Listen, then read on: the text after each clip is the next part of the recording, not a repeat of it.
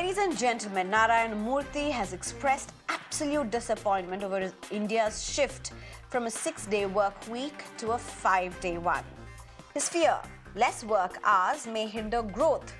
Narayana Murthy has said that throughout his career, he worked up to 14 hours a day, 6.5 days a week. His workday began at 6:30 in the morning and often stretched well into the night past 8:40, and that he is proud of it. He pointed to examples of post-World War II Germany and Japan, suggesting India should follow a similar path of hard work and national rebuilding. This is what they did to rebuild their countries. But let's also look at some facts. The world versus India. What's the average working hours per week? UK has 36.6 hours. USA, 34.3 hours. EU, 36.1. Canada, 35.8. Japan, 40 hours. Australia, 38 hours. India is the highest among all these countries at 46.7 hours. In fact, among the most overworked countries of the world, India ranks second. First is Bhutan, followed by India, followed by Bangladesh, Pakistan, UAE. Imagine. In fact, we are speaking about right to disconnect in many countries.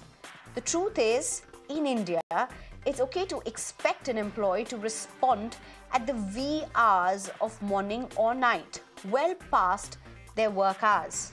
A legit way to rise, traditionalists would say. But Gen Z has got, and in fact, it's not just Gen Z alone. The work arena has changed significantly. Largely, people would say there is a personal well beyond a workspace. And then you have somebody who posts on social media. It's happened over the last few hours. She spoke about how a junior messaged her saying that he would be coming in late at 11:30 in the morning because he was going back home late the previous day, well past 8:30.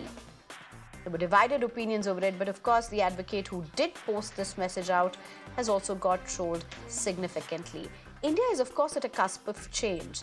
There are two very distinct mindsets, but largely India is an India that's working in between of all these extremes. Let's just look at what's really happening across the world, but most importantly, where India is and what are the stakes before this country. I'm being joined by Lord Matthias right now, who is a business executive and independent director. Rahul Bajaj, who's a CEO for Digital Darwin. Subhash Chandra Garg, who's a former Finance Secretary of India. Dr. Bhavna Bammi, who's a child and clinical psychologist, as well as Anjali Bhattacharya, who is a corporate employee at Denmark. Thank you very much, all of you, for joining us. Very good evening. This is a topic close to heart, and irrespective of which part of the world you are in and which strata you are in, whether you are well retired, whether you are right into the workforce, whether you are parents, whether you are studying, this is something that really irks some and inspires the others, but definitely divides. A lot is at stake for India. Let me just straight up go to you at this point, Mr. Subhash Chandra Garg. You've had a significantly long time in the government. You've also trained people.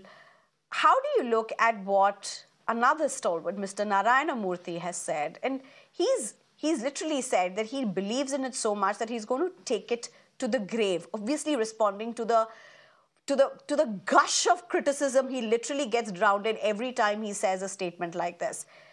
Mr. Subhash. See, the question we should be asking is, why does somebody work? There are two reasons to my mind. One is that person contributes to creation of value by producing the goods and services he is engaged in. So that is the one purpose. And second purpose is that he or she has to earn a living for himself or herself to live a happy life. These are the two reasons why somebody work or need to work. Now, if you make it an imbalanced kind of situation, where you work too much. You may or may not earn too much money, but certainly your happiness and your well-being would be at risk. And therefore, to my mind, there is enormous wisdom or sense in working to as much as you are most productive to produce the goods and services you are engaged in, and you earn enough to live a good life. Now, it may be different for different people. For example, even now, I work 10 to 11 hours a day, but that's my choice. I like it, I love it.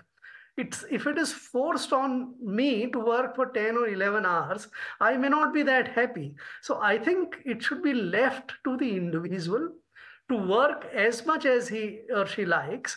And in the environment of today, where the work has also got sort of amorphized into something which is very flexible, Okay. which is away from any particular place, and therefore it should be the freedom to the person concerned. I don't think it should be looked at moralistically or otherwise.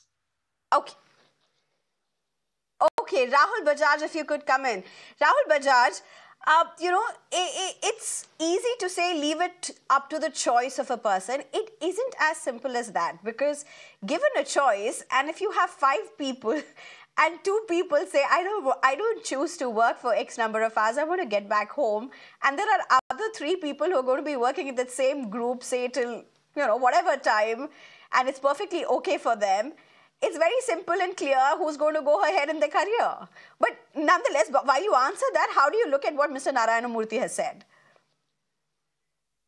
Thank you so much, Sneha, for putting this question to me. And well, I fully agree with what Mr. Murthy said. But there is also a caveat to that.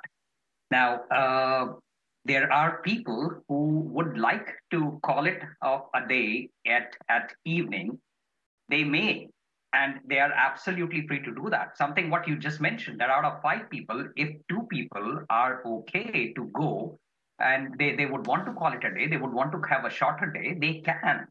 But yes, then they should not be expecting the kind of rewards that the other 3 would be getting when they would be working the extra hours. So if there is a very there's a saying in the Gita, right, which says that do as you wish, which is yatachi tatha kuku, right? But there is another one which says that yatha karna tatha phalam, that in your action, as per your action, you'll be getting the fruits. The problem today is that the Gen Z is looking to get the maximum rewards, but they are also looking to maximize the so-called balance in life. Now, what exactly is the balance in life? Now, we just heard the former finance secretary that he works 11 hours, but that is his choice. It is his choice. He is happy in that. That is his balance in life. How do you strike that balance is up to that individual.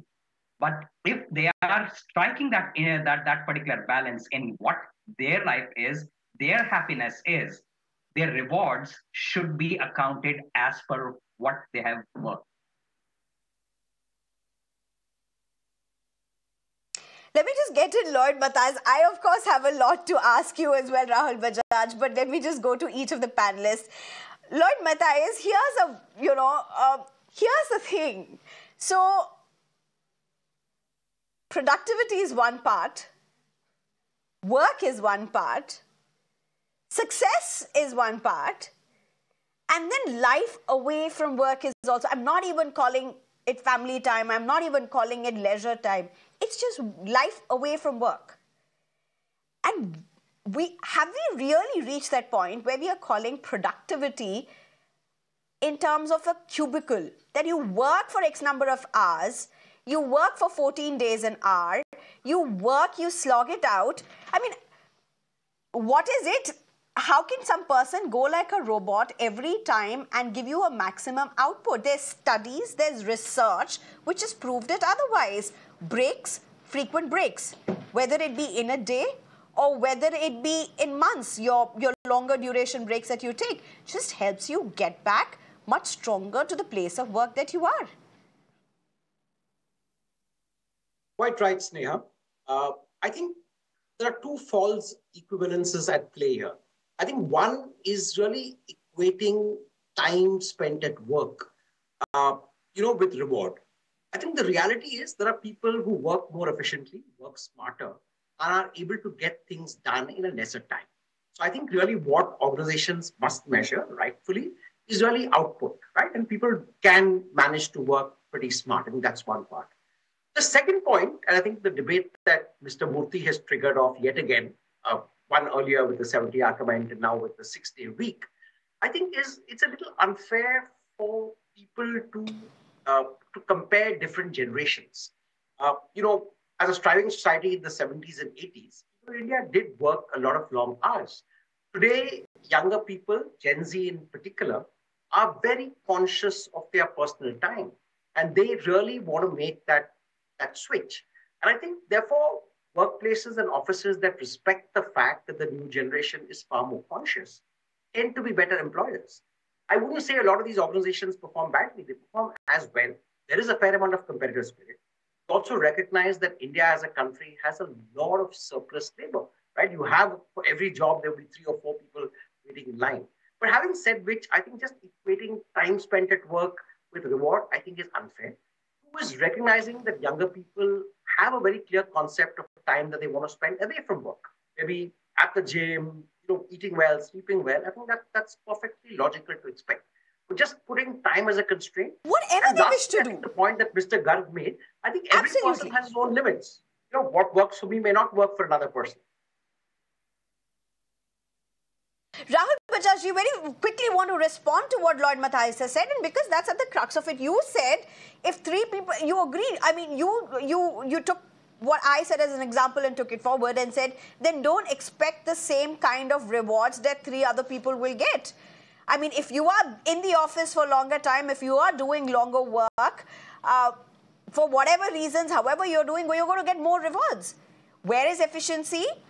And how do you then judge rewards? Then it's obviously, you know, the old principle, if my boss has not gone, how can I go out of the office? Well, you're sitting on the table, your work is done. But Sneha, the times definitely have changed. So the concept of office itself has changed. Now I'm running a startup where there is not even one person who sits out of the office. It's a distributed team.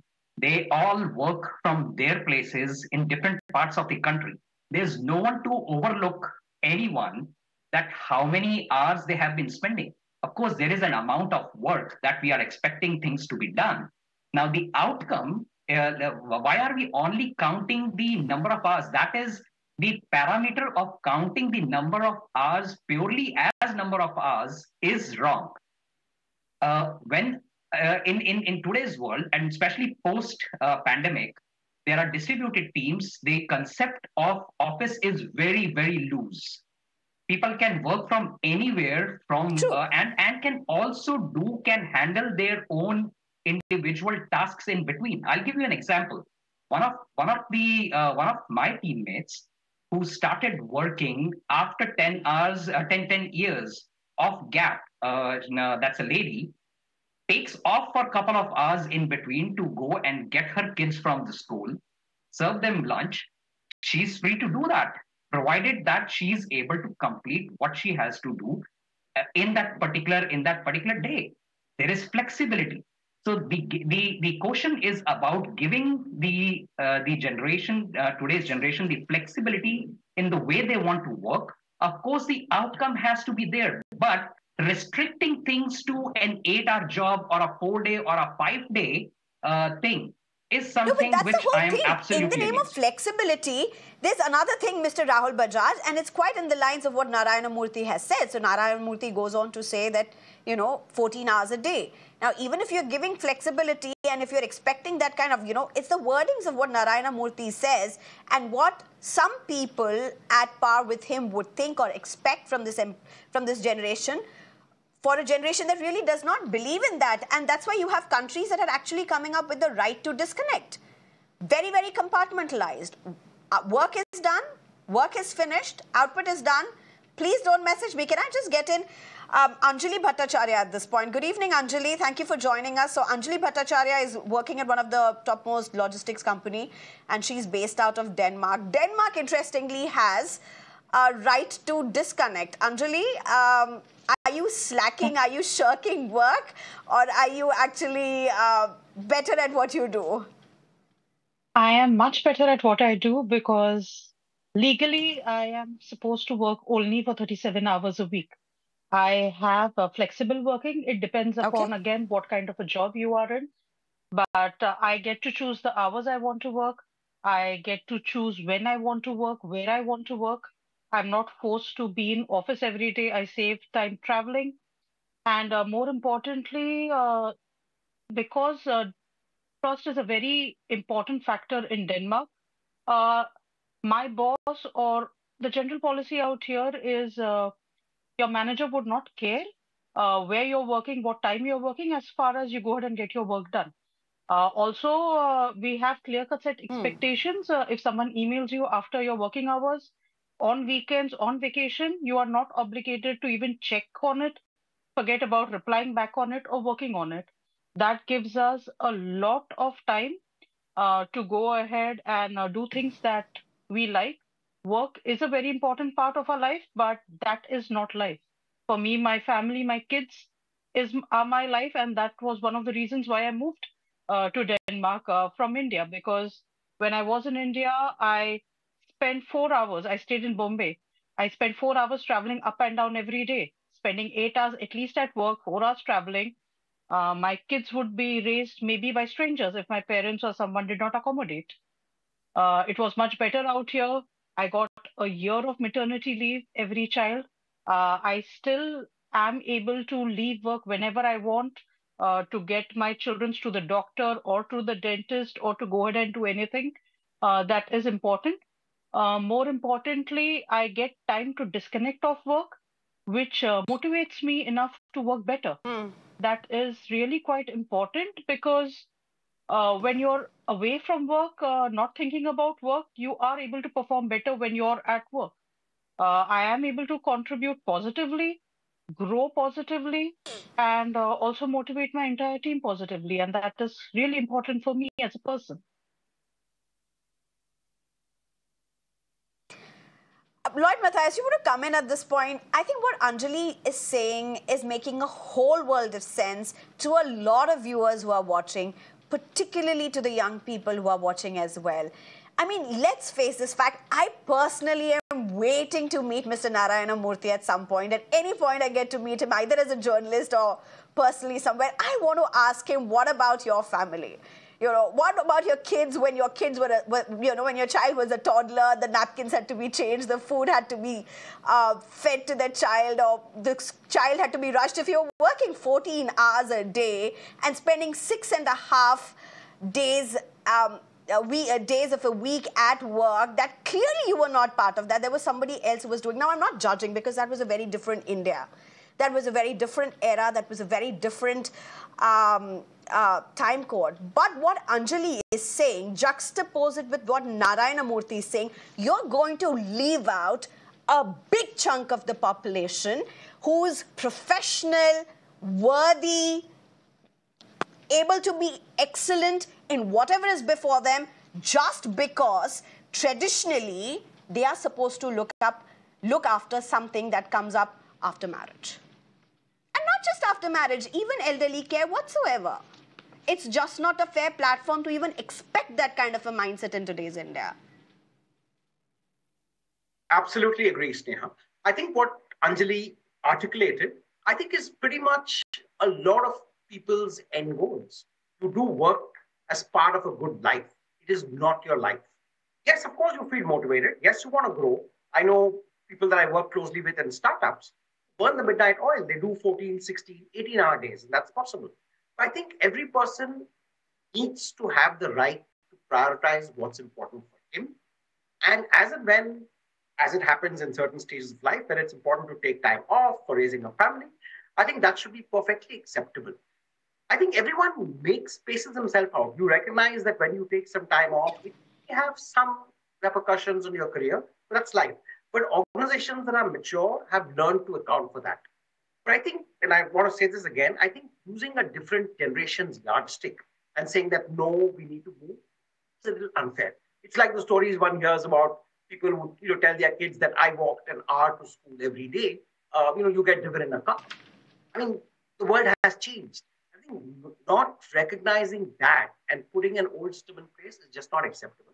And two, mature work environments, smart offices are recognizing that to make work comfortable, to give people time off is not only desirable, it's also a great productivity tool. I think Anjali said that very well. When you get time off, you feel motivated, give your best in that 8 hours or whatever, and obviously feel a lot of positives towards the organization you're working for and help contribute towards its growth. So I think it is pretty much the ideal state, and I really want to compliment her.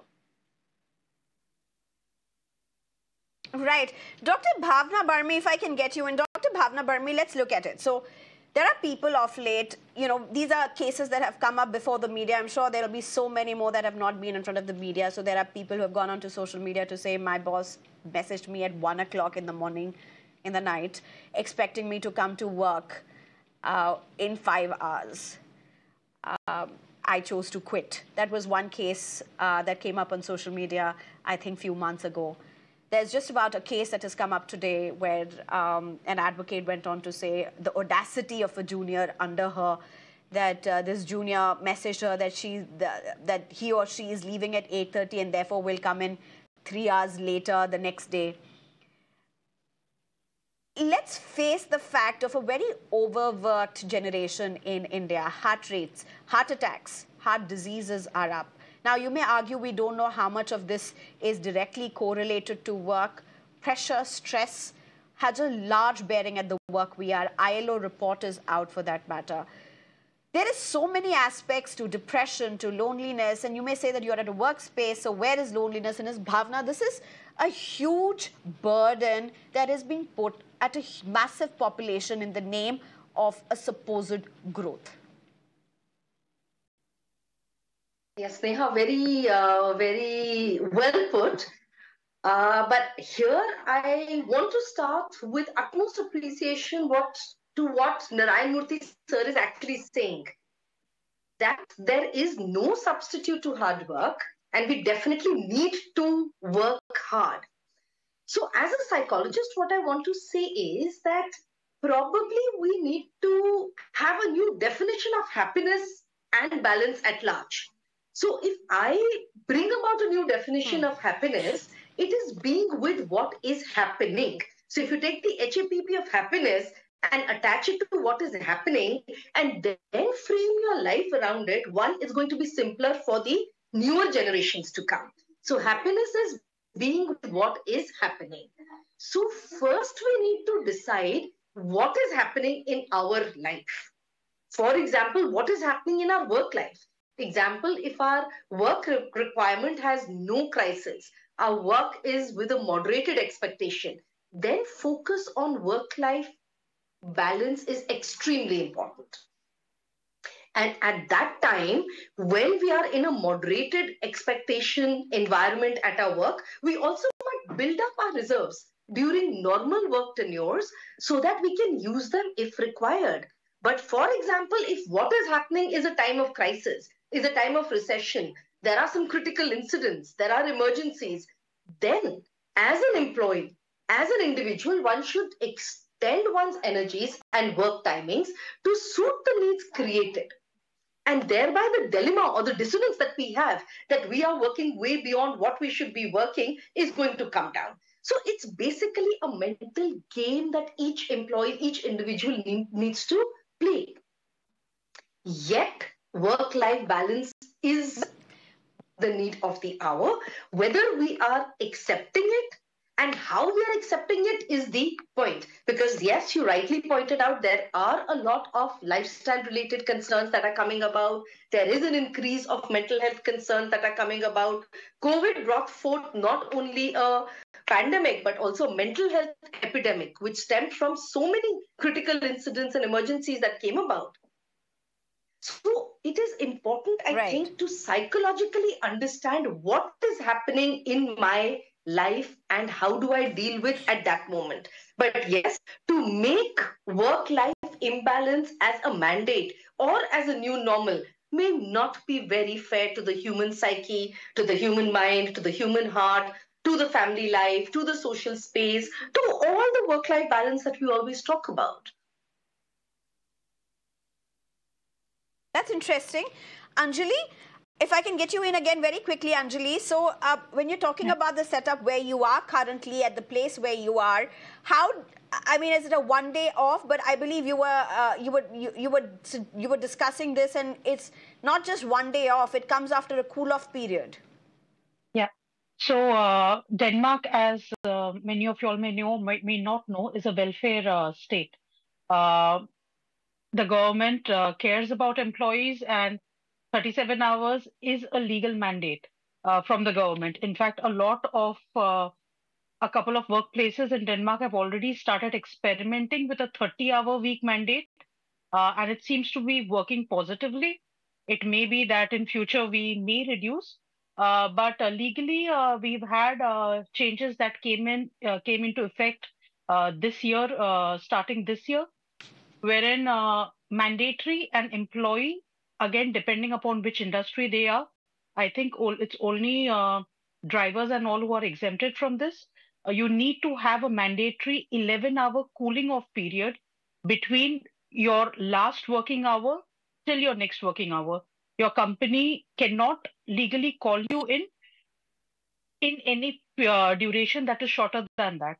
In addition to that, I normally get 2 days off a week. I normally get the weekend off actually, but legally it is a minimum of 1 day off, and that minimum of 1 day off should be preceding these 11 hours. So at any given point of time, legally a person will at least get 35 hours off on a weekly basis. And they are quite stringent around this. You Will can Subhash Chandra complain Garg? if something is not met. Right, Subhash Chandra Garg, India is of course in a very different reality land, but at least, I mean, it's interesting because Narayana Murthy speaks about World War II Germany, and Germany, I was just reading, recently did an experiment with 4-day work in a week, and that seems to have worked for Germany as well. In India, we Yes. still may be struggling with the idea of 2-day off for a week at a whole, but at least this has become a poll issue. You know, for a change, MVA, for whatever reasons, has said that it will bring in the right to disconnect. However unclear MVA is, Mahavikas Aghadi is within itself about how they will implement it. Nonetheless, it seems to be a talking point more. Do companies now need to reorient to this increasing demand? Is it addressed to me? Yes, Mr. Garg. All right. You see, the world is changing. India is still not that changed. It has not advanced into the industrial automatic society as well as digital society that much. But still, a lot of India is also changing. It seems ironical sometimes that when you have so much of the labor, you are talking of more hours of work in comparison to the countries like Denmark, where the labor is less, but they are talking of lesser number of hours of work. There is a great message in if you want to do that, because the type of the work which we ask our people to do is basically the repetitive clerical manual kind of work, and that is more related to the hours kind of notion rather than the intellectual the work, the mind and the productive work, Right. which is not related to the time. So I think we should keep in line with the times and not go for the straight jacket kind of thing. What our policymakers and the leaders sometimes talk, they're trying to advance from a very old industrial industrial 50 years old kind of economy and society to a little modern one. That is where the 7 to 5 days or 6 to 5 days kind of notion come in. It should be the whole world, industrialized, advanced world is changing to now 3 to 4 days work, because you don't need so many people to work for that. So I think we should take on board, and this kind of notion which Mr. Murthy expresses is, to my mind, a hugely outdated notion.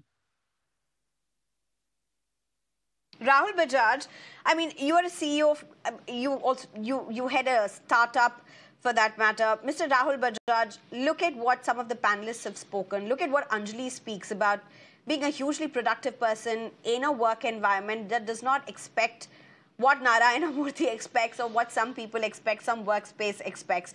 Rahul Bajaj, the big question then comes in, for a country that is focusing hugely on Make in India, on Atmanirbharta, do corporates now increasingly need to look through their blindfold, through their blind eye for that matter?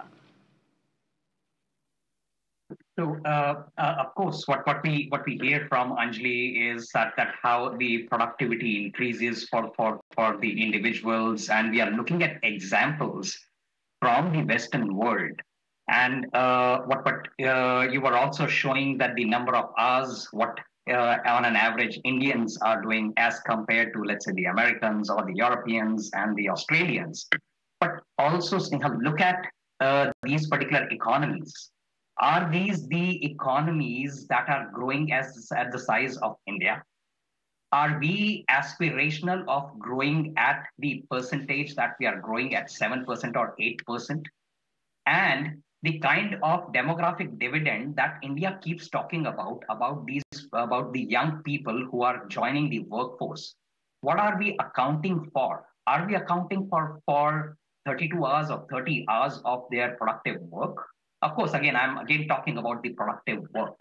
There are also differences in the way the productivity is looked at in these different geographies. And I can absolutely bet on this particular thing, that when we look at the productive hours, 1 hour of productivity of, let's say, of a Japanese or of a German would be very different from 1 hour of productivity of an Indian. So we cannot take any of these particular scales partially and then implement that. I'm absolutely in agreement that we have to look at the outcomes. But what are the outcomes are we targeting? Are we targeting at 2%, 2.5% economic growth? Or we are looking at 8% economic growth year on year? And for that, people are required to contribute in different levels. And of course, our question again comes, everyone is free to follow their will. Of course, the productivity, the productivity that they bring in, the rewards should be according to the productivity that each individual brings to the table. Lloyd Mathias, do you want to respond to what Mr. Rahul Bajaj just said? Because yes, productivity is one point, but it's also how productivity is viewed, which is also a big concern. Mr. Bajaj, in the context of the fact that one can't blindly follow Western models and say this works here. But I'd also say that to link a nation's productivity with the number of hours spent may be a little fallacious. There are a lot of other macroeconomical factors that come into play, right? You have to recognize that while Indians may be on the higher side, spend 45, 46, and maybe our productivity may not be as efficient, I think a lot of Indians go through a lot of infra issues. Just the commute in most of our cities tends to be long, right? And that takes a toll on people. Absolutely. The fact that there are various other factors where Indians work under much higher stress conditions. And I'm talking of physical infrastructure. This is not about routine office pressures and such like. So I think those factors need to be taken into account. But the larger point, Sneha, that I think we have to get at is that while work is important, I think we have to also recognize that the people who generate the work, the office workers, also need to be protected in some way. And therefore, if younger people are getting a little bit more demanding about their personal time, about their right to unplug or disconnect, I think these are factors that can't be laughed off. I mean, I know that the political formation has talked about it, and there might be some bit of grandstanding, but the very fact that they have signaled that the right to disconnect is something that is on the horizon, I think it's worthy, right? We've got a generation of Indians who work weekends, people who haven't seen their kids growing up. I think you don't want the next generation to repeat these mistakes blindly. Yes, we want to grow, we want to remain a faster growing economy, but it can't come at the expense of people's lives and mental health. I think that's a firm line that we all need to recognize. Absolutely. I think we're totally out of time, but one thing is for sure, the generation that is getting to work, that is at work, even as we speak, is a generation that's absolutely vocal, knows their mind very well, and perhaps teaches each one of us a lesson of when to speak up and when to shut up. Of course, they also have to learn their lessons as well, but I think it's much in India's onus really to find a mid-path to keep the workforce a much happier place where we are. Thank you very much, Lloyd Matthias, Rahul Bajaj, Subhash Chandra Garg, as well as Anjali Bhattacharya for joining us, as well as Dr. Bhavna Barmi, who had to leave us a little while ago. Thank you very much, all of you. Well, it's time for a very short break. On the other side, we'll bring you all the latest.